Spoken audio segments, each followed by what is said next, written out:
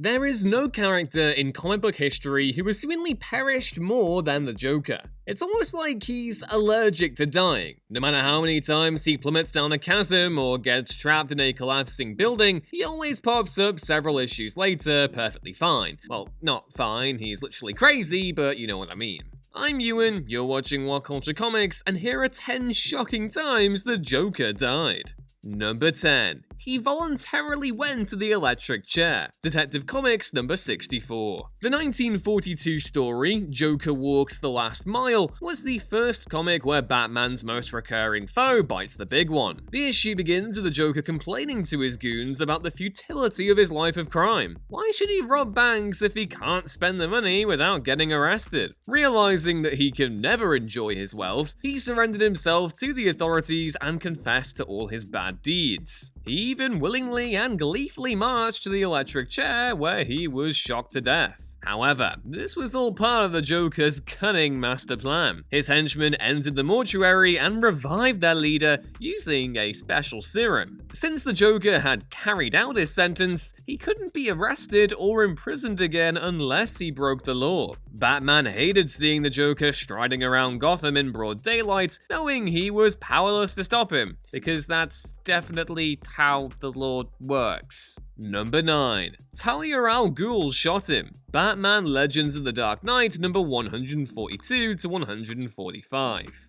In Batman Legends of the Dark Knight number 142, Ra's al Ghul allied with the Joker, believing he could use his Joker venom to poison society, culling the population to a more quote-unquote reasonable number. Although Ra's was impressed with his partner's plan, the Joker, surprise surprise, suddenly turned on him, stating that he knew Ra's would betray him. The Joker sprayed him with the venom, only to learn that Ra's had an immunity to the contagion. His daughter, Talia, then shot the Joker repeatedly before the pair left their headquarters with the virus. By the time Batman had located the League of Assassins' hideout, Ra's was gone and the Joker was dead. But realizing that the Joker was the only one who knew where Ra's was going, Batman had no choice but to save his deadliest foe. He submerged the Clown Prince in the Lazarus Pit, the same energy pool that allows Ra's to cheat death for centuries. After he was revived, the Joker's insanity actually subsided, allowing him to feel remorse for all the evil he'd committed over the years. Number 8.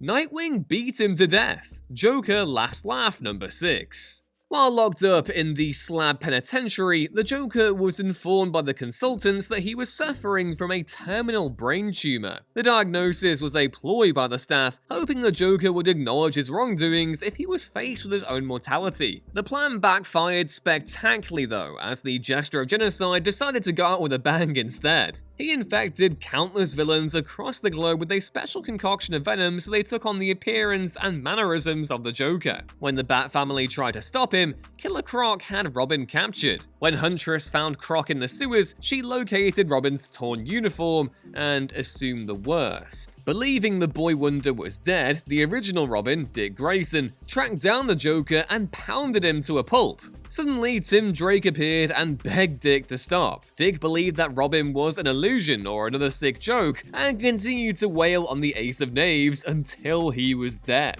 Batman managed to revive him with a quick bit of CPR, but for a brief while, this was essentially just the Batman equivalent of Homer's killing of the Krusty Burglar. Stop, he's already dead. Number 7. Joker blew himself up. Batman number 650. In Batman Under the Hood, a newly resurrected Jason Todd ordered Batman to kill the Joker on the count of 3, or he'd do it himself, having returned as the new Red Hood and still being very pissed about the whole being bludgeoned and exploded to death thing from a couple of decades earlier. As Todd started counting down, Bats hurled a batarang at him, causing him to collapse to the ground. The Joker then pulled out a gun and blasted a stack of C4 explosives, blowing up the entire floor. Even though he killed himself, the psychotic prankster knew he won since he made Batman lose Todd all over again. Number 6. Batman snapped his neck. Justice League of America, The Nail. JLA The Nail takes place in an alternative universe where the Kent's truck suffered a flat tire from a nail on the same day Kal-El's rocket ship landed in Kansas. Because they didn't drive to find the Kryptonians' vessel, the Kents never adopted Kal-El, meaning Superman never came to be. Because the Man of Steel didn't exist in this world, society perceived metahumans cynically and crime ran rampant. When the Joker acquired alien gauntlets that allowed him to control energy fields, he took over Arkham and forced the inmates into a gladiatorial tournament for his own amusement. When Batman, Robin, and Batgirl entered the facility to stop the demented Jester, the trio were ambushed by the Joker's men. He then paralyzed Batman while using his gauntlets to torture and dismember his two sidekicks. As the Dark Knight watched his allies being ripped apart, he pleaded for the Joker to stop while tears trickled down his face. Catwoman eventually broke Batman free, and she smashed the Joker's gauntlets before snapping his neck. Although the psychotic clown's reign of terror was finally over, Batman was left shell-shocked and never emotionally recovered after watching his friends being murdered in such a grisly manner. Number 5. Magog blasted him with his energy spear, Kingdom Come Number 2. The 4-part mini-series Kingdom Come takes place 20 years in the future when most of the classic superheroes have retired. The world is now filled instead with corrupt anti-heroes and questionable vigilantes who don't maintain the same values as their predecessors. So, what happened? How did the world's finest heroes lose their way? How did the Justice League and Justice Society allow things to get this bad? Surprisingly, it all began with the death of the Joker. Years ago, the Harlequin of Hate slaughtered the entire Daily Planet staff, including Superman's wife, Lois Lane. While being transported to the courts, a mysterious warrior called Magog blasted the Joker, killing him. When Supes brought the new vigilante to court, the judge acquitted him, stating that his actions were kinda justified. Since Magog got away with murder scot-free and was perceived as a hero, Superman worried that his form of justice was now seen as old-fashioned, inefficient, or just plain unnecessary. He became so disillusioned, he quit the superhero lifestyle, which inspired many other heroes to do the same, allowing supervillains and the criminal underworld to thrive in their absence.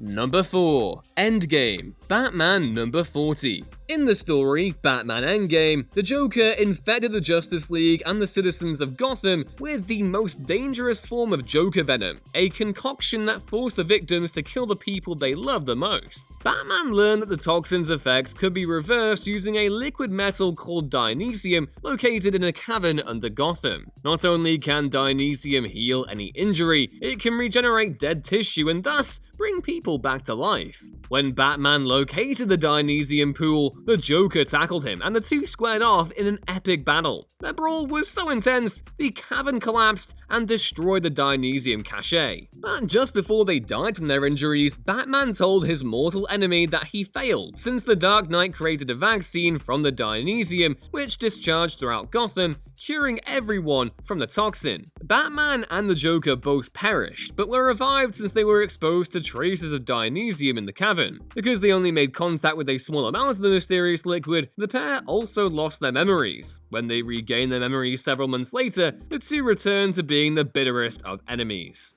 Number 3. Batman indirectly creates the Batman Who Laughs. The Batman Who Laughs Number 1. In a parallel universe called Earth 22, the Joker discovered he was dying from the same chemicals that turned him into what he is. Realizing his death was inevitable, he decided to go on the mother of all killing sprees. After slaughtering Penguin, Catwoman, Commissioner Gordon, and dozens of civilians, Batman realized that the Joker had gone way too far. When the Dark Knight saw his nemesis preparing to inject children with Joker venom, he snapped the Clown Prince's neck. But when the Joker died, the toxin in his body dispersed and entered Batman's own body, driving him insane. This version of Bruce Wayne is a hybrid of Batman and the Joker called the Batman Who Laughs. His new mission in life is to travel to other universes and recruit twisted versions of Batman so that he can conquer the multiverse. The Batman of Earth 22 tried to stop the Joker once and for all, and instead created one of the most dangerous supervillains in all of DC's existence.